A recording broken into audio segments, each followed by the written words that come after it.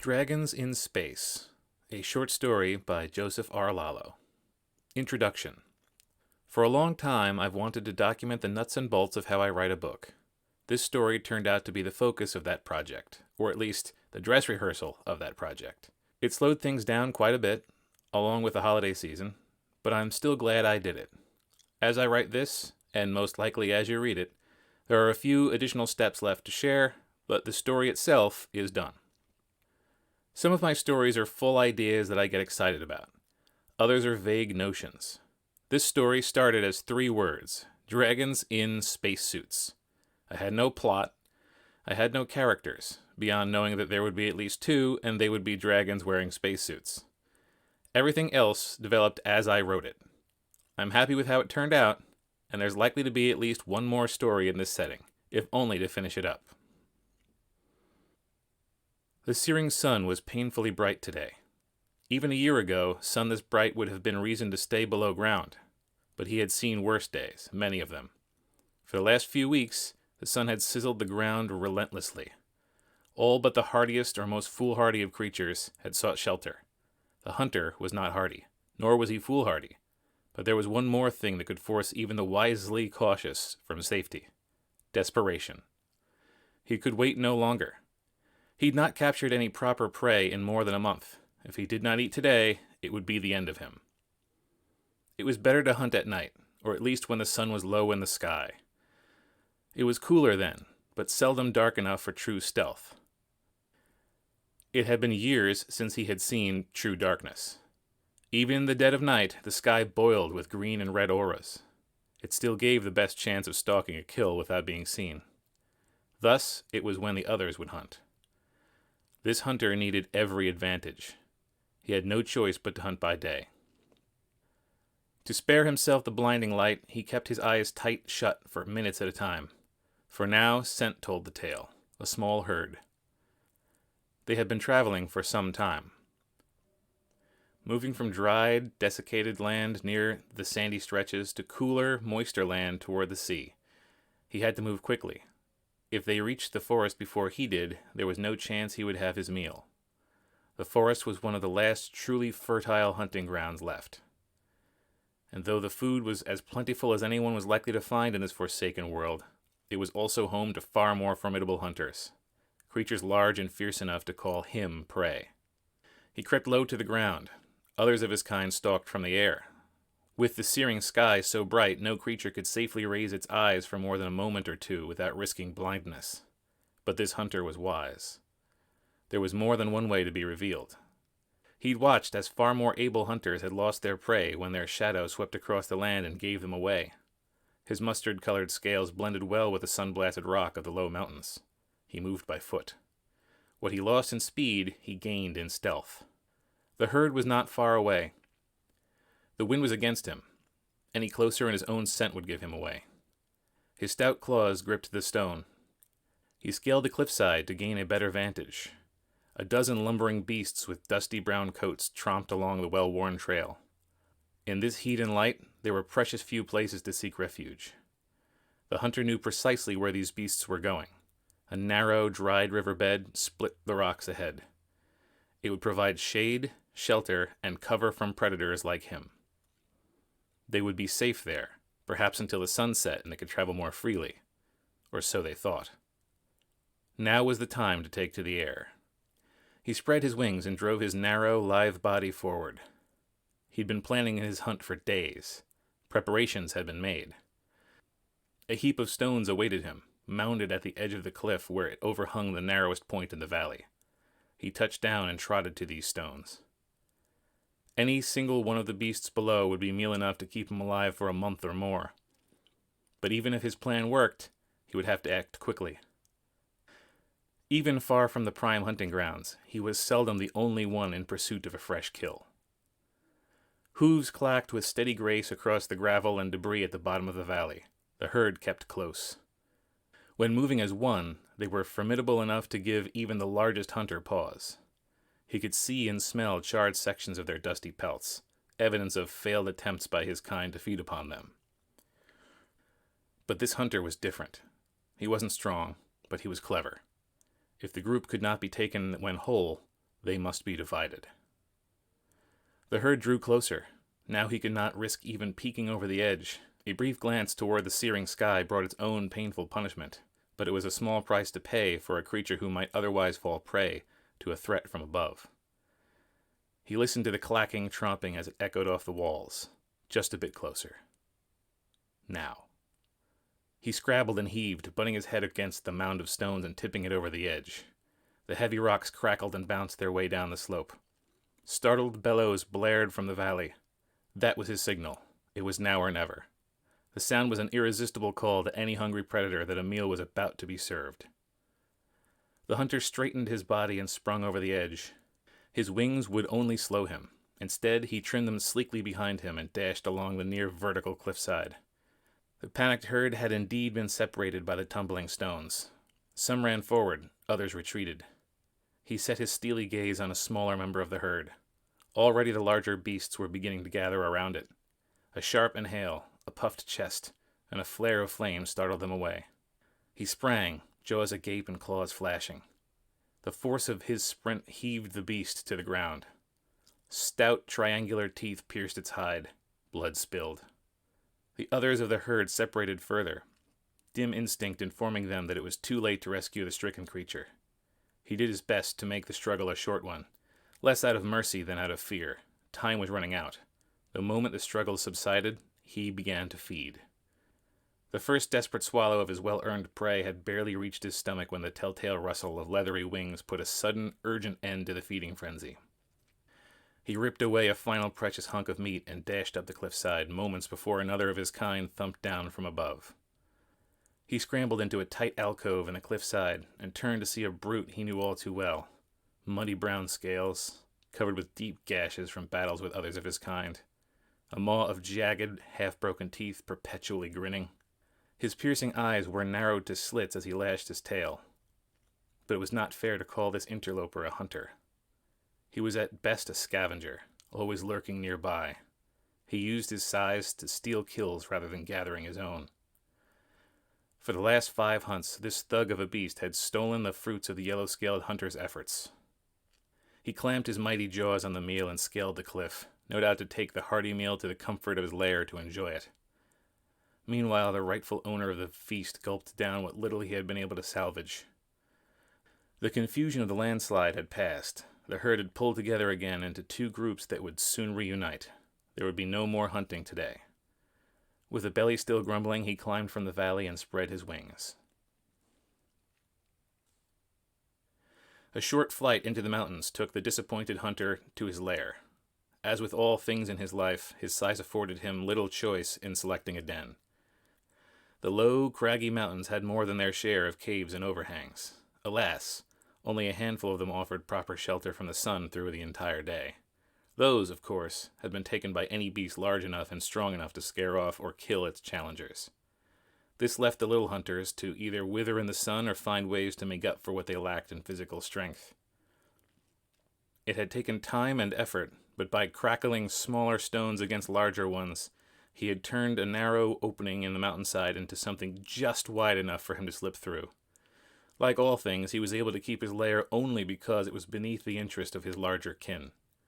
It was a good thing that the entrance was too small for the others to properly investigate, because a vanishingly rare feature of this lair would have made it well worth almost any battle to claim it. Even as he wriggled his long, lean body through the opening, he delighted in the sound of a slow, steady drip of water. The shade within the cave was a welcome respite. Though his eyes were sensitive enough to navigate by the faintest glimmer of light, spending even a few moments in the blinding sun was enough to burn away his night vision for hours. Fortunately, with surroundings as familiar as this, he didn't need to wait for his eyes to adjust. Weary padding across the cool cave floor took him to the modest puddle of water accumulated from drops seeping through the pores in the stone. The flavor was bitter and harsh, and it offered only a few teasing mouthfuls each day. But it was a drink that wouldn't require him to venture across the countryside to a dwindling watering hole. With the edge taken from his thirst and a meager meal in his grumbling belly, he was ready for some rest to recover from the less than triumphant hunt. He'd eaten enough to get him through to his next hunt, provided he saved his strength. That was enough. And enough was more than he normally got. He crawled atop the mound of shiny, smooth river stones he'd gathered over the course of many years. Other hunters had other collections. For him, these glossy, rounded shapes were sufficient to satisfy some ingrained need to hoard. They slid easily across each other, forming a relatively comfortable bed that wouldn't rot or burn. Again, there were more desirable collections, but this was enough. He slumped on his bed and flopped his head down to sleep. His thoughts became sluggish. The first glimmers of a dream of better things flicked in his mind, but his senses had been trained by survival instinct to remain sharp even at rest. Some half-noticed sound raised an alarm. The rustle and flap of great wings could faintly be heard beyond the mouth of his cave. He curled his lip in frustration and crept from his bed. The air carried the scent of another of his kind, a male like him. He smelled well-fed, large enough to be a threat. He kept himself low to the ground, legs tensed and ready to spring. The cave should provide proper protection, but he knew better than to fully trust anything. A large enough hunter could easily cause him trouble in any number of ways. Better to keep an eye on the invader so that there would be no surprises. Crunching gravel and a snuffling snout confirmed that the stranger hadn't moved on. Already plans were crackling in the mind of the smaller hunter. How to escape. How to find shelter until the attacker was gone. What to do if this precious safe haven was destroyed. The light in the cave dimmed, blocked by the newcomer's bulk. Then, in what proved to be the most startling thing of all, a voice. "Get out here! Let me get a look at you," rumbled the stranger. The little hunter sprung backward at the sound. It had been so long since he'd heard one of his kind speak, he'd nearly forgotten they could. "I don't want anything you have, and I don't have all day. Come out, this will be quick," the stranger said. His voice was low and clear. The words were almost overly articulate. Each word formed into a distinct and pristine statement.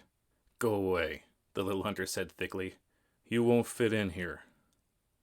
The words felt like mud dripping out of his mouth. His tongue had grown clumsy with disuse. A rumbling growl of frustration rattled the stones on the floor of the cave. "I've been watching you," the stranger said. "You are hungry. Get out here and I'll solve that for you. Food, I've got." There was a meaty slap, followed by a tantalizing whiff of fresh flesh. The little hunter's claws scraped at the floor as the prospect of another meal eroded his better judgment. He crept closer to the mouth of the cave and stopped when he was near enough to see a sliver of his uninvited guest. This new hunter was not the largest he'd seen. Indeed, the one who had chased him off and stolen his kill was larger. But the stranger was still entirely capable of bringing the little hunter's life to a swift end. He was stout and a bit plump, a far cry from the malnourished creatures who lived this far from good hunting. This hunter had been eating well enough that he had food to spare. The offering was a strangely rectangular slab of flesh. The scent wasn't familiar. No telling what prey it had been torn from.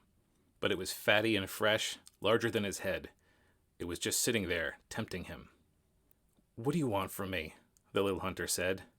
"I want you to get out here and start eating so I don't have to shout into the darkness." "Back away from the meat, then." A sigh powerful enough to kick up dust in the mouth of the cave followed. The stranger clutched the offering in one claw, hobbled back on 3 legs, and dropped it again a few paces further from the mouth of the cave. He then trotted a fair distance further. "There. Come and get it. But if you try grabbing it and running back into your cave, I'm going to be very angry." The hunter poked his head out of the cave. His visitor was green with a yellow belly. Hardly the sort who would thrive here on the arid mountainside. A body like that was built for the forest. He must have come a long way, but his color was hardly the most out-of-place thing about him. An odd bundle was strapped across his chest, like a pouch that had been fashioned from a pristine sort of hide the little hunter couldn't identify.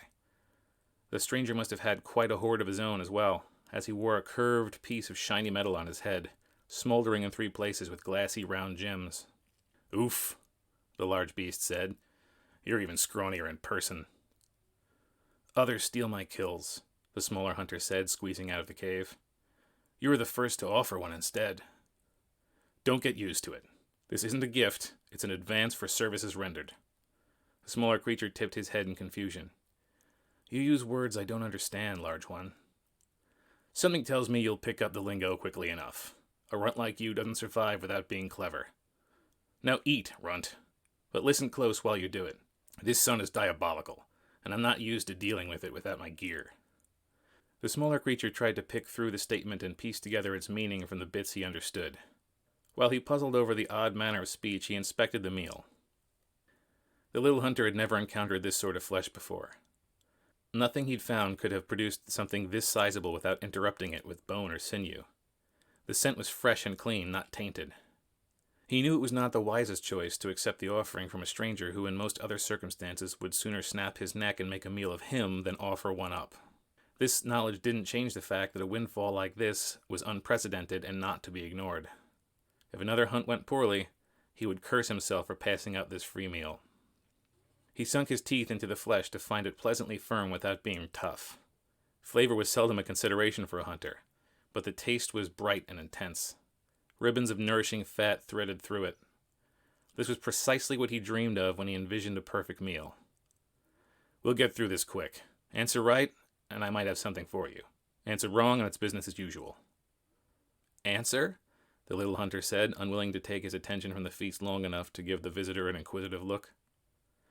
The larger beast shuffled aside and started to drag his claws across the dusty ground. He was tracing some sort of markings.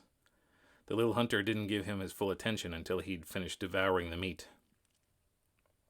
These shapes here, the visitor said. What is the next one? After his first proper meal in ages, the smaller beast mostly wanted to slip back into his cave and sleep for the rest of the day. But an offering like that surely deserved some sort of consideration. He looked at the shapes. The first was a ring or circle. The second was a half circle, with a straight line closing the gap. The third was a trio of connected lines.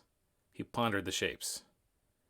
You want me to tell you which shape you would scratch next? He said. Yes, and quickly. How should I know what you were thinking? The stranger thumped the ground angrily, prompting a startled backward scramble from the one he called Runt. The answer is in the shapes. You have to figure it out, the large beast said. He nodded nervously and crept back to the shapes. How precisely he was meant to read the larger beast's mind by looking at some shapes wasn't clear, but he started to tug at the knot. He plopped his hindquarters down and sat up. With claws curled inward, he started rubbing them against each other, producing soft clicks. A few moments of thought brought him to an answer. It didn't seem to have any value, but it produced a pleasing sequence in his mind. He scratched 2 parallel lines, then 2 opposing lines to form a square. The stranger gazed at the fresh etching. And the next one, to be sure, he said. The small one, a bit less gracefully, managed to scrape a 5-sided shape into the stone. Said the visitor. He sat on his haunches and raised a foreleg. One claw tapped at the strange silver crown. With eyes turned aside, he addressed someone who didn't appear to be present. Are you watching this? He said. He continued the sequence twice. Yes. Well, you know how I feel about him. He's a little small, and he's old enough that he's not going to grow much more. Malnourished at a young age. Stunted him. A churning anxiety was growing in the small hunter's belly as he began to piece together what must have been happening. A creature, out of place for his home, had arrived. He brought the meat of a beast which could not exist, and he spoke to things that others could not see. You are ascended, the smaller creature said in a hush. Give me a minute before we start with that, the larger beast said before returning to his conversation. Yeah, I know the small ones put less of a stress on the engineers for suits and transportation, but they're also weaker. I mean, I'm fine with it if you are. It isn't as though we're spoiled for choice. All right, I'll get him up there. He tapped the claw again and looked to the smaller beast. Come with me, Runt. Things are about to get a lot better for you. The wind whisked over them as the 2 hunters flew north. If he were paying closer attention, the smaller one might have become concerned about their destination, but his mind was too seized with wonder to focus on anything but feeding his curiosity. After so many years of not using his mother tongue at all, he found himself stumbling over his words in his attempt to spit them out quickly enough to satisfy his hungry mind. You are ascended, aren't you? He asked, flitting beside the larger beast to steal a glance whenever he could. You speak to the spirits, and you are a beast of the forest, but you are here in the mountains where life would be too hard for someone to be as well fed as you. Look, the easy answer is yes, I'm ascended. You don't really know what that means. I understand what you're thinking. I used to think it too. But you're about to get a lot of answers to questions you thought already had answers, so I'm not going to waste my breath on them now. Let's just say the spirits have been keeping an eye on you for a while because they think you have what it takes, and it just so happens we need help and we can't take the time to be choosy." "An ascended," the smaller one shrilled, clutching his claws. "I never thought I would meet one. I doubted they were real. Tell me, is the land of the ancients as beautiful as they say? Is there a place where the searing sky does not burn? Is the burning a punishment? Please answer me, Ascended One." "Hey," the larger beast snapped. "What did I say? I'm not going to waste my breath on that stuff. You've figured out the shapes. You'll figure this out the same way. The pieces are going to start to line up for you. But let's nip this one in the bud right away. Don't call me Ascended One. I'm Brothen." "Brothen, yes, a fine name for an Ascended One." "And what do I call you?" Brothen said. "I don't have a name, Brothen," he said. "That is to say, I do not remember it. I was the smallest of the clutch. The food was scarce. It was easier to send me away than waste food on me." "So you've been on your own since you were a hatchling?" "Not quite that long, but nearly." Well, I was right to call you a runt, so we may as well make it official. Until I change my mind, you're just runt. Got that?" "So I have been deemed by an Ascended One, so it must be." Brothen shut his eyes tight and shook his head slowly. "This is going to try my patience if it keeps up." The freshly christened runt turned his head to finally take stock of where they were headed. The sun was sliding from the sky, though the roiling red auroras kept the landscape well illuminated. The sun-blasted landscape stretched out before them. Only one speck of darkness amid the endless sprawl was in any way distinctive. It was precisely the place Runt least wanted to go. "You're taking us to the charred lands," Runt said. "We picked you because you're bright," Brothen said. "I'd have been disappointed if you didn't figure it out." "That is a terrible place." "It's just a patch of dirt. It can't hurt you." "It is a place of dirt that is blackened and jagged, like the black glass around the flaming mountains." "We call them volcanoes. You're talking about obsidian." "But there are no volcanoes near the charred lands, and even the mightiest hunter's breath is not powerful enough to blacken the earth like that. It's a grim portent." "It's just as well the locals give the place a wide berth. If you got too curious, it could cause problems. But trust me when I say there's nothing spooky about the charred lands. It's just a good spot for doing drop-offs and pickups." "Drop-offs and pickups?" Runt said. They trimmed their wings and wheeled toward the speck of black. "We've got a long trip ahead of us. We'll go over it then. Right now, what you need to know is that you'll be working that brain of yours a lot harder than you used to. But no one will be trying to kill you anymore." "I'll be safe?" "I didn't say that. We're ascending you because your predecessor died. It's a dangerous job, but it's got to get done and it pays well." "I'll be ascended?" "Yeah, it's not as majestic as it sounds." The pair touched down at the edge of the charred lands. Runt had been here only once. There was something ominous about it. The ground crackled and crunched beneath his claws.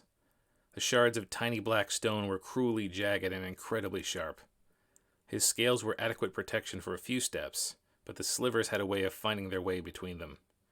A few more minutes of trotting on this stuff would leave him hobbled and bloodied. "Hold still," Brothen said. "I had them put together a smaller one, but it might take some tweaking." He rummaged through the chest-mounted bag and revealed a silver band with its own jewels, a match for Brothen's own. Runt's heart fluttered in his chest. The gleam of the silvery metal set ancient parts of his mind alight with desire. This, he knew, was a proper treasure, something that even the mightiest hunter would be proud to have in his collection. "Head down and try to brace yourself. This is going to feel weird at first, but you'll get used to it." Runt practically trembled as he lowered his head to be anointed by the Ascended. He'd been on his own for most of his life, but he remembered the tales of the Ascended. They could come and go without leaving a trail. Even the most skilled hunter could not follow them to their lair. Their stories claimed that it was because their lair was the searing sky itself. Imagine a hunter able to fly that high, high enough to pierce the heavens. And how strong they must be to swim in the sea of fire and light that roasted the surface of the world. They were to be feared, to be admired, to be worshipped.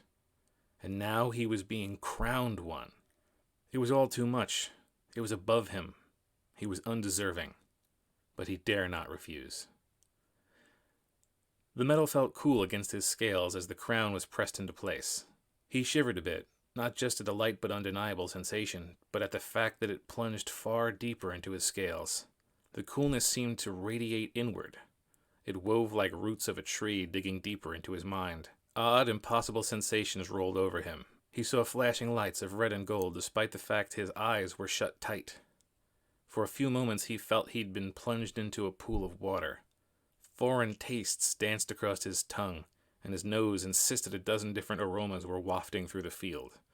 Then came the tingling, needle-sharp sensations along his hide. He huddled down. His claws rose up to pull the crown from his head. "Leave it. It's almost done calibrating," Brothen barked. Runt froze. He was fearful of what this strange treasure was doing to him. The threat the larger beast posed was far greater, now that he knew him to be ascended. Sure enough, the phantom sensations faded soon after the reprimand. That is, all but one of the sensations faded. Okay. Looks like we've got a good synaptic response," came a new voice. Runt's eyes shot open, and he whipped his head around in search of the source of the new voice. The words, when he first heard them, were nonsensical and random, but before even the first sentence had completed, he could feel his mind tug and twist until they had meaning just as surely as Brothen's did. "Easy, big guy. Boy, he's real skittish, isn't he?" the voice said. "At his size, he's a rung further down the food chain than me. He's had to deal with the risk of getting eaten. It'll take a while to fade, if it ever does," Brothen said. "Are those the spirits?" Runt asked, eyes widening. "That's Todd," Brothen said. "He's our tech guy. He runs communications and handles the rest of the gear. I'll give you a crash course when you get up here." "There's really not much to learn," Todd said. "Tech guy, communications, gear, crash course. I don't know what that means," Runt said, face-stricken.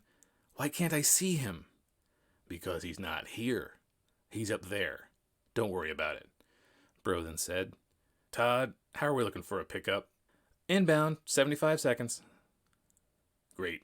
Give us some privacy. This part is going to really scare him, and I don't need the spirits floating around in his head making it worse." "Will do. See you when you get here." Though he'd not noticed when the spirit had arrived, so to speak, Runt found he was quite aware of the unseen entity's departure. The silence in his mind had a different tone to it when the spirit was present, but not speaking. Now it had vanished. "This is all so much," Runt said. "It's about to get a lot more. But listen, down here, it's every dragon for itself." "Dragon?" Runt squeaked. "Yeah, that's you and me. They call us dragons."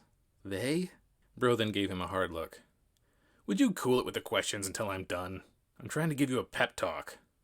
Runt looked nervously at Brothen, and wisely chose not to seek clarification on phrases like pep talk and cool it.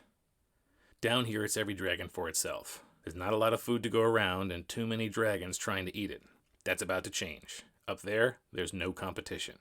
We've got enough, and no one is going to try to kill you to get at your share. But instead of focusing your mind and muscles on just staying alive, you're going to be working together on something much bigger and much more important. Do you understand?" Runt paused. After a moment, he shook his head. Brothen shut his eyes and released a heavy sigh. "This is going to be loads of fun." A low rumble drew Runt's attention to the sky. He squinted at the burning red aurora. A pinprick of light, like a star bright enough to show through the twilight and aurora, drifted lazily through the sky. "A falling star! A falling star!" Runt said excitedly. "Do the Ascended travel on falling stars?" Brothen gave Runt a weary, impatient glance. "Yes, we ride on falling stars," he said flatly. The roar from above was growing louder. Brothen flicked his eyes between the star and the charred land. He turned and bounded a short distance away, taking him to the very edge of the scattered black stone. Runt gingerly followed him. "You will want to shield your eyes with your wing. It will be very bright, and even at this distance we tend to catch some blown glass from the landing." Runt shakily nodded and raised a wing. For several seconds, the sound grew steadily louder. Every time he thought it wouldn't get any louder, that nothing could get any louder, it drew nearer and more intense. Soon a hot wind began to scour the landscape, kicking up dust and flakes of black glass. They flicked and clashed against his raised wing, prickling him painfully with little splinters but not doing much real damage. Had they not retreated, he would be bleeding from 1,000 little gashes, he was sure of it. The ground rumbled. Some sort of acrid-smelling smoke rolled across the field, and then silence. Runt warily lowered his wing and shook the lingering bristles of blown glass from it. He was still trembling from the intensity of the sound, heat, and wind. During many a long, hungry night, he had watched the sky. More than once he had seen one of the falling stars. Each time, he wondered what they must look like up close. Were they balls of flame? Were they gleaming jewels? Never in his wildest dreams had he supposed the chariots of the Ascended would be so boring. The star was a dull gray block. Its sides were far straighter and smoother than anything Runt had ever seen before, for certain. The upper edge was slightly rounded like one of his pebbles. The bottom edge had sharp corners like a broken stone. The ground beneath it was radiant, blasted to a near molten state by whatever heat and flame had made it so brilliant during its descent. But that heat had vanished. A strange groan grumbled from inside. Then, one of the smaller sides moved. Runt missed most of what came next, as the unexpected motion caused him to leap nearly double his own height straight up, then scramble for cover behind Brothen. He didn't look up until Brothen paced away, leaving him unprotected. The larger dragon padded toward this strange relic from the sky. He stepped onto the lowered side, which had revealed the rest of the block to be mostly hollow. A few shakes of his legs and flexes of his claws shed the sharp stones that clung to his feet. Then he lowered his head and stalked inside. He turned and sat. "Are you coming?" he called. "I have to get inside?" "If you want to ascend, then yes, you have to get inside." "It was very loud, Brothen." "It's not so bad from the inside. Come on." "It does not look like a fallen star." "It isn't. It's called a dropship, but you don't know what that is, and we're on a deadline, so I figured I'd wait until we were inside to explain. So get in here." "I'm afraid, Brothen. This is strange. It roars and belches flame like a dragon. And now you want me to climb into its maw." "Listen, you can stay here and fight for scraps until you starve or one of the bigger dragons eats you. Or you can come with me, live a better life, and maybe even make a better life for the rest of us. But it's up to you to decide what you're going to do. I'm not going to beg, and there are other dragons who have shown promise." A cooling stone popped, causing Runt to jump backward again. He trembled. "Are you sure it's safe?" "The safest thing you'll do today." "And there is more meat?" Brothen grinned. "All you can eat." Runt steeled himself and scurried to the lowered platform. He imitated Brothen's ritual of shaking off the black stone, then slipped into the limited remaining space within the block. Once inside, Runt could see that the interior walls weren't nearly as featureless as the outside. They were covered with odd protrusions and straps made from a metal that he couldn't identify. Here and there, more jewels flickered and glimmered with their own light. Many of them were marked with tiny black symbols. As with a voice the spirit called Todd, these symbols had no meaning at first. But as he stared, they began to associate with thoughts, or at least sounds, that he already knew. It felt like the symbols were changing into something he could understand, but they were very plainly the same as they had ever been. It was his mind that was changing. Brothen's grin grew a little wider. "What's it say?" Brothen said, pointing with a claw to one of the larger buttons. "It does not say anything." "What comes to mind when you see it?" Brothen amended. "Open hatch," he said awkwardly. "And this one?" Brothen asked. "Close hatch. No. Hatch. Close hatch." "You're taking to the translator well." Press the close hatch button. Maneuvering his limbs in the close quarters was difficult, but he managed to raise a claw and tap the button. The same grinding rumble he'd heard before rattled around him, far more distinctly. The lowered side began to rise again. His muscles tensed. He wanted to bolt, to run away. He'd been in Ascended for scarcely a few minutes, and already the world seemed like an unfamiliar and terrifying place. But he overruled his instincts. His belly was heavy with food. Brothen was a dragon large enough and healthy enough to challenge even the most fearsome of creatures that had made his life so difficult for years. Any other beast of his size would have had little more than a wordless roar and a swipe of a massive claw to offer Runt. Brothen gave him food. He gave him a name. He would have to be brave. He would have to see what life was like in the searing sky. Moments later, Runt was desperately clawing at the door of the strange chamber as it rattled and roared around him. His courage had lasted until a few heartbeats after the door had latched. Every instinct screamed for escape, and everything around him built upon that terror. He suddenly felt heavy, far heavier than he'd ever felt, even during dives and swoops. The rumble, as Brothen had suggested, wasn't nearly as loud, but it was all around them. He'd never been inside anything he couldn't scramble out of, and it sent a bolt of anxiety like a hot knife through him. Even the fact he knew words like door and knife without ever having heard them spoken chilled him. All the while, Brothen sat with a stoic and sullen expression. The rattling died away a few minutes into the journey, and with it, evidently, went Brothen's patience. "Enough of that," he said. "You're curious, right? Curious about what's going on? That's fine. That's good, in fact. You've got a lot to learn, and it'll go quicker if you're eager. But right now, you don't even know what questions to ask, and it'll take ages for you to get to where you need to go without me holding your hand. So listen up!" The final words were a demand. They hit Runt like a blow to the head. The smaller dragon huddled into the corner of the chamber, tried to make himself as small as possible, and nodded fearfully. "This is a dropship. It's taking us up into the sky. We're going to something called a space station. Repeat that back." "Dropship. Up into the sky. Space station," Runt said. Forming the words without interjecting a handful of yelps or whimpers took every ounce of fortitude he had. "Good. Now the things you call spirits are actually humans. They aren't from this world." "Where are they from?" "Their own world." "There are other worlds?" "Many, though worlds with creatures are rare, and that's why the humans are here. They saw that we were here, and they knew that the searing sky was a threat. They want to help us." "They can help with the searing sky?" he said. "They truly are spirits of power and mystery." "No. They have something called technology. This ship, that device on your head, and just about everything you'll see in a space station is technology." "Where did they get technology?" "They made it.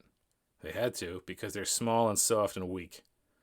Without technology, dragons like you or I would have made a meal of them. That's why they need to keep an eye on dragons like you. Humans like to see a mind take up the slack for a lackluster body." "Then why did you ascend?" Brothen leaned low, poking his snout into Runt's face. "What are you implying?" he rumbled. "You're big and strong. You don't need the technology." Fair. Never mind how they ended up working with me. The important thing is that you and I will be working together to fix up our world." "What will we have to do?" "We'll get to that. But first, I want you to pay attention." Runt waited. "Pay attention to what?" "You'll know soon enough." The rattle and rumble all but silenced. Most of what he heard was the rattle of the walls and the straps themselves. The heaviness was starting to fade, too. In fact, it continued to fade, well past what should have been normal. His crouched body started to drift upward. He had the same feeling in his gut that he got when he was in a dive. "We're falling," he yelped. "We're falling. The dropship is broken." "We aren't falling. Well, we are, but we're falling so far and so fast we're missing the ground." "What?" "Never mind, it's complicated." Brothen raised his wings to brace them against the ceiling of the ship, pushing himself back to his feet.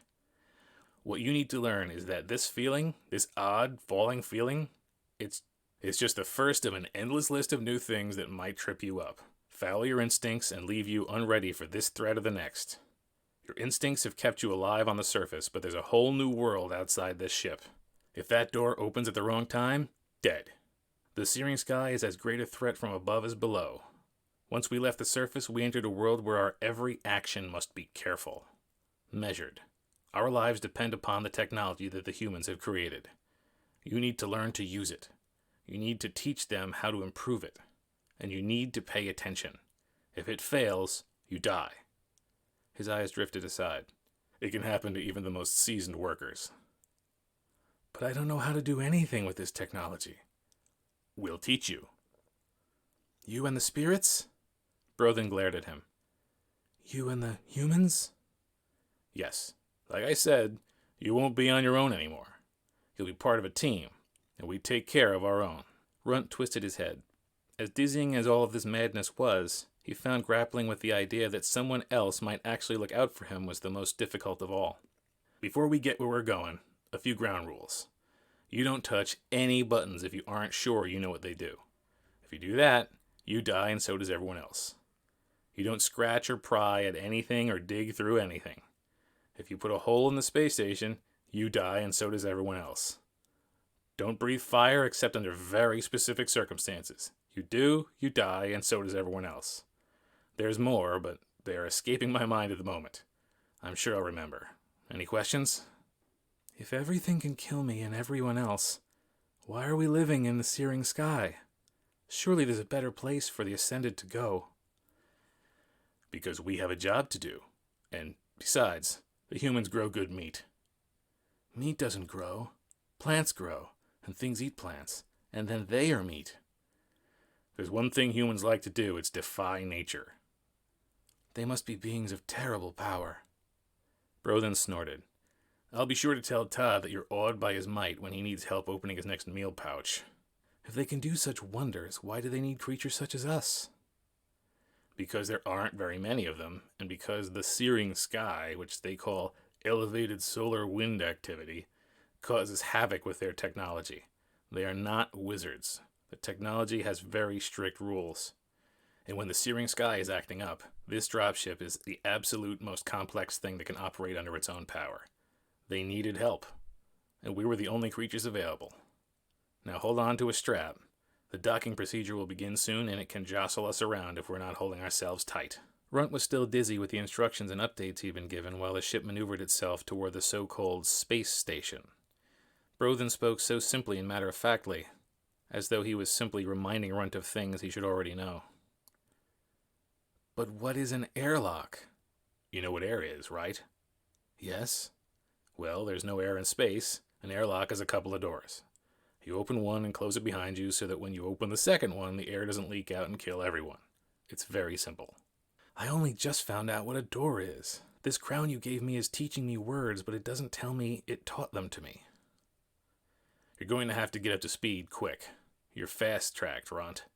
We've got a deadline and it doesn't care if you need to slow down. A sudden hiss sent Runt flying against the far wall of the ship. His wings propelled him backward and all four claws grasped straps and railings.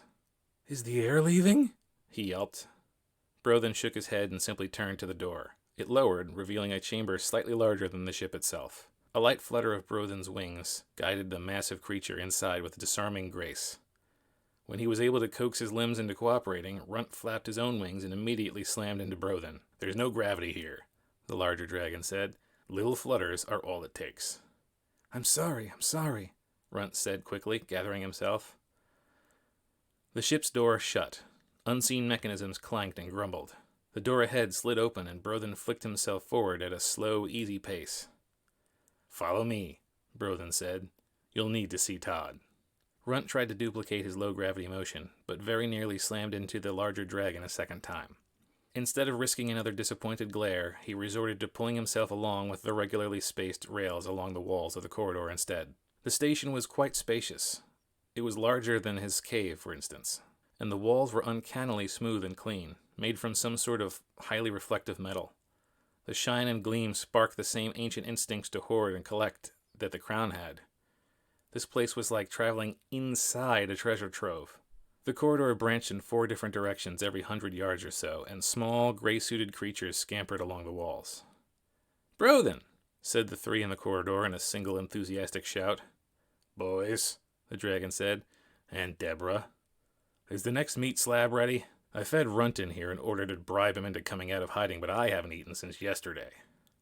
Should be done in 5, said the creature with a slightly different scent from the others in a high-pitched voice. What's the meat of the day, Deb? Brothen asked. Pork.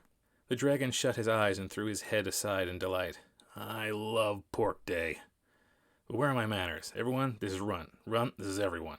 They're the humans you're so awed by. They're fragile, don't break them. Runt turned his head aside, eyes narrow and expression doubtful. These are the ones who defy the rules of nature? He said. Who live in the sky and seek to tame the searing sky? I also play poker on Thursdays, Deborah said. Swing by and I'll teach you the rules. Don't trust her. Her poker face is diabolical. Brothen said. Bob, is Ted on duty still?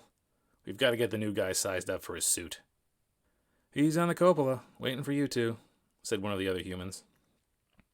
Perfect. Runt ought to get used to the view. This way. And again, give the humans some space. Welcome aboard, Deborah said brightly. Thank you, Runt said, shrinking away from them as he hauled himself after Brothen. They passed 3 intersections and the seemingly endless anthill of a space station before turning and drifting down a fresh corridor. With humans no longer in line of sight, Runt felt confident enough to speak, albeit quietly. The humans are very small. I told you they were. They have no scales, no wings. Runt, we picked you because you seem smart. I'm not sure if observations like that prove us right or wrong. I told you they were little, fragile, and smart. I expected them to look like us. Well, yes. Every other creature in our world is smaller, but not nearly as wise as a dragon. I thought, if something is wise... You're going to have to get used to the notion that what you've always assumed was true probably isn't even the same ballpark as the truth. Ballpark? It's a human thing. It just means it isn't even close. How can creatures so small and insignificant build something as grand as this place? Teamwork. It's what they do best. No one thought up any of this on their own, and they sure didn't build it on their own. Lots of them, working together, can get just about anything done. But how can they... Runt's voice trailed off as he allowed himself, for the first time, to focus on what lay ahead. While the other corridors were lit with some sort of cool white bars recessed between the panels on all sides, this corridor was darkened. The only light came from a large, dazzling display at the end of the corridor. It took Runt's mind a few moments to make sense of what he was seeing. He'd flown high before. In the old days, when the searing sky was not so intense, and on those rare recent days when it briefly relented, he would soar as high as his wings would take him. At those heights, the land below lost its definition. It reduced to swaths of blue, yellow, and brown. Here there was green. There, sometimes, there was white. What he saw before him were the same blotches of color, but they were smaller still. He realized he was seeing a radiant, red-bathed swath of his world that it would have taken him days of travel to cross. We truly are in the heavens, he said, transfixed. Yeah. But anyway, that bald guy down there admiring the view is Todd. Go talk to him. He'll size you up. I'm going to get some pork. I like it best when it's fresh out of the lab. Runt looked to Brothen, suddenly stricken. You're leaving? But what should I do? What did I just tell you to do, Runt? Talk to Todd. Well, then why don't you do that? We're going to be working together, and as big as this place feels, it's not usually open for travel like this. So just get sized up and give me some privacy for now, understand? We'll see each other enough to get sick of each other. I understand, but what do I do after? He'll tell you what to do. Humans like telling people what to do. Dragons, other humans, giving orders is their lot in life. Now go. Brothen thrust his wings and daintily vanished down the bend of another intersection. Runt turned back to the cupola and pulled himself gracefully along. The closer he came, the more windows became visible. This section of the station must have bulged out beyond the rest. When he reached the end of the corridor, his vision was filled with the sight of the surface of his world impossibly far below, with only the thin lines of struts to interrupt his view. Directly below was a sea of green. It faded to brown and gray around the edges, except to the south where the ocean twinkled. Is that the great forest? He uttered. Sure is. Runt flinched and scrambled, briefly forgetting he'd allowed himself to drift out of range of the railings. His reflexive flap sent him headlong into the window. He bounced painfully off. Whoa, hey, easy there, newcomer, said the bald man Runt had forgotten was there. These things are rated for grade 3 micrometeor impacts, but I'd really rather not test them. I'm sorry. This is new for me. It'd be a little weird if it wasn't. Name's Todd. I think I heard Brothen call you Runt? That's right. He has named me. Well, I'm going to hold out my hand for what we call a handshake. It's a sign of friendship, so when I hold it out, you just put out your claw and we'll grab it and shake it, okay? Is this necessary? It's neighborly, which in my book makes it as close as you can get to necessary without being written down in the rule book. Todd held out his hand. Runt crept forward and presented a claw. Todd grabbed him around one digit, about as much as his little hands could manage, and gave it a largely symbolic attempt at a shake. "There you go, your first handshake," Todd said. Runt tried to ignore the vaguely unsettling softness of the barely felt grip. Fortunately, there was a ready-made distraction in the form of the view out the window behind Todd. The dragon carefully pulled himself aside and maneuvered to the window. The world seemed to curve away as he looked along its edge, and high above the ground, higher even than the clouds, dancing in shimmering veils of red light coiled and churned. It was the searing sky, the red scars that painted the sky and broiled the ground. They seemed to reach up, to radiate away from the ground into crimson waterfalls. It seemed almost cruel that something so horrid, so destructive, could also be so beautiful. Oh yeah, the aurora. It's really something, isn't it? Charged particles in the solar wind, deflected and precipitated. I've seen them on 3 different worlds, and I've never seen them so strong, so violent. On most worlds, they're just a wondrous display. But your star is a troublemaker. It's trying to do you dirty, and those auroras are angry. But you'll be getting plenty of looks at them. We've got 3 weeks to get you ready to do a 12-hour EVA, so let's get you sized up for a suit.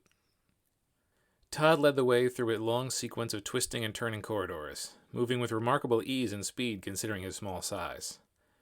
After the majestic vista Runt had been treated to in the cupola, it was something of a letdown to discover that their destination was a boxy, cramped space lined on all sides with cubbies and compartments. 2 smaller-than-average doors were centered above and below. The upper one had a long gash along its metallic surface, the one thing in the entire station thus far that wasn't perfectly pristine. "Do me a favor and hold on to these rails with your foreclaws, and those there with your hindclaws. I've got to take some measurements," Todd instructed. Runt nodded and did as he was told. Todd fetched a small silver device and started navigating the chamber, lightly tapping points on the dragon's body as he went. "I want to thank you for being so mellow about this. Brothen was a real handful when we got him up here. But then he wasn't recruited by another dragon. That was, 6 years ago already? Time flies on these long-haul missions. Has he been treating you okay?" "He gave me food and a name. He's treated me more kindly than even my parents." "Oof. It's getting rough down there, I guess. We're working as fast as we can. The next array should be up in 18 days. Sooner, if your training goes smoothly. Wings out, please, as far as you can spread them." Runt obliged. He squirmed a bit as Todd pulled himself hand over hand along the wing outstretched to the left and continued tapping his device. "You critters are made for this, you know that? If all goes well, this mission will be done in another 3 years or so. When we're all done and ready to head out, I really hope at least a few of you will come along. You're kind of big for most space habitats, but between the resistance to muscle atrophy and the wings, you're better equipped than humans to handle long-term space habitation." "I don't know all of those words," Runt said. "Oh yeah, synaptic interface. It gives you the vocabulary, but doesn't always associate it with the meaning right away. You'll figure out the important stuff soon enough." Todd nudged off Runt and drifted to one of the walls. "The good news is, you're a lot smaller than Brothen, so your suit will be a quick manufacture." "Suit?" "He didn't tell you what sort of a job you'll be doing?" "He said many things. I don't know. It is happening so fast." Todd tapped a few more buttons. A startling metal-on-metal grinding began to vibrate the walls of the chamber. Runt clutched tight to the rails. "You're going to be heading out into space to do the exterior work," Todd explained. "It takes a couple inches of shielding to keep us safe from the solar output when the star is acting up. Even more to keep the electronics working in tip-top shape. It's just not feasible to use drones to..." Todd must have noticed the glassy look in Runt's eyes. "We need someone who can withstand great heat, someone with great strength, and someone who's smart enough to do the job. That's you. But you can't live out there without protection, so hold still, and we'll get you suited up." "I do not understand. And I do not understand why Brothen would not explain all of this to me before he brought me here." Todd shook his head and tapped at a panel of flashing lights. "You'll have to give Brothen some time. He worked with his partner from day one. Between the grief of losing her and being used to having someone who knew everything he did, he's liable to have a quick temper and no patience. I'd prefer to have given him a few weeks off, but the timeline won't allow it." "What happened to her? His partner?" "Freak accident. The stellar wind isn't perfectly consistent, and..." Todd seemed to sense he was traveling down a linguistic dead end. "There was an unexpected event, and she was killed. No one's fault. Couldn't be avoided. But Brothen took it hard. Anyway, brace yourself. It's time for a test fit." The doors that dominated the ceiling and floor of the room slid open, revealing dark interiors with a telltale glint of metal within. Strange mechanical arms emerged from above and below, each clutching a dull gray shell. The two pieces clamped around his chest, neatly missing his wings and legs. They latched together and the arms withdrew. Almost instantly, the arms emerged again with additional components. Piece by piece, a suit was assembled over Runt's body, enclosing him more and more. Sleeve-like sacks were pulled over his wings. A maddeningly complex set of interlocking shells clamped around his tail. A glass-topped helmet pulled tight over his head, pressing his jaws shut like a muzzle. 30 seconds of mechanical chaos left him fully suited up. It was easily the most terrifying part of this bizarre journey thus far. The soft hiss of his own breath in the helmet was rapid and harried, but he'd managed to keep from panicking and trying to escape. "Give me a test of motion. Move your legs. Move your tail, move your neck, move your wings," Todd said, counting off the lines on a list he now held. Runt shakily obeyed. The hard shell constructed over him did surprisingly little to restrict his movement. His wings felt a bit stiffer. His tail couldn't curl quite so tight, but outside of the most extreme limits of each extremity, he was unencumbered. "Good, good. Voice test. Say something." "How? My mouth is sealed shut," Runt said. He paused. The words came through loud and clear, despite the fact he'd scarcely been able to twitch his lower jaw. "The synaptic interface works fine for communication," Todd said. "Dexterity check?" Runt stared at him, awaiting clarification. Todd raised his hand and waggled his fingers. "Go like that." The astoundingly complex gauntlets around his claws rendered them a bit more clumsy, but not so much that they would hinder him. "Okay, that's the check. Training starts tomorrow. Hold still again and we'll get this off you." Runt shut his eyes tight and clenched his armored gauntlets around the rails as the mechanical arms descended upon him once more. "Here you go. This is where you'll be staying," Todd said. "Sorry it's not larger, but we've got regulations. Sleeping accommodations need maximum shielding, and we haven't got the materials to spare." Runt curled his neck to peer inside the lair they'd prepared for him. It was indeed quite small, smaller than the sleeping chamber in his lair on the surface. The place was perfectly round, an odd little node dangling down off the bottom of the space station, he supposed. Soft, flame-resistant cushions lined the floor. He pawed them and found them to be tough enough to resist his claws. "0G, there's not really much use for the cushions," Todd said. "But there's elastic bands there to hold you firm against the wall when you're sleeping, and a little something soft to lean against is always nice. But anyway, light controls are there. They're also voice-activated. Just say, 'Computer, lights off.'" The cool light within the chamber faded. "Computer, lights on," Todd said. They swelled to full brightness again. "We'll be in touch in," he checked his watch, 9 hours. It'll take us that long to do the full pressure and safety test on your gear. Until then, you're on your own. Enjoy!" Todd drifted away. Runt curled himself into the chamber, and, with some pawing and nudging, discovered there was a thin curtain which he could tug across to attach to the far side of the opening, providing a degree of privacy. His heart hadn't stopped hammering in his chest since he'd arrived. Being encased in the suit and then peeled out of it had been easily as startling as the last time he'd nearly been torn to pieces by a dragon displeased with him trespassing in its territory. Even now, the fact that he felt like he was in constant freefall, the unnatural light, the presence of the small, soft-skinned creatures that had somehow created this place. If this was the fate of the Ascended, they were clearly made of tougher stuff than he. "Runt!" barked a familiar voice. He scrambled to pull the curtain open. Brothen was drifting just beyond his door. "You all set?" the larger dragon asked. "Yes." "How'd you do? When they put the suit on you, that is." "I don't know what you're asking me." "Did they talk to you about the crack in the ceiling?" "No, I saw it, but they didn't say anything about it. The first time they tried to clamp my suit on me, I bolted, tore 3 arms out, and nearly cracked the hull." He gritted his teeth and rumbled. "I still don't like those arms. Point is, if you held your ground, good for you." "Thank you," Runt said meekly. "I didn't see you come by the lab for your meal." "I already ate, Brothen. Your generous gift." "Bah!" Brothen said. "A morsel. Here." He curled his head out of sight. It returned with a huge slab of synthetic pork. He opened his jaws and nudged the drifting feast with his snout so that it bopped Runt in the face. The smaller dragon clutched the hunk of meat and sunk his teeth into it. An entirely new flavor danced across his tongue and his eyes rolled back in his head. As ravenous bites and tears made short work of the meal, he felt a flutter of calmness and serenity, and even excitement at the prospect of meals like this that he didn't have to risk his life for. Perhaps ascending wasn't so bad after all. Brothen flicked his folded wings and darted along the corridor, presumably to his own chamber. As he departed, he called back, "Eat hearty. Training starts tomorrow."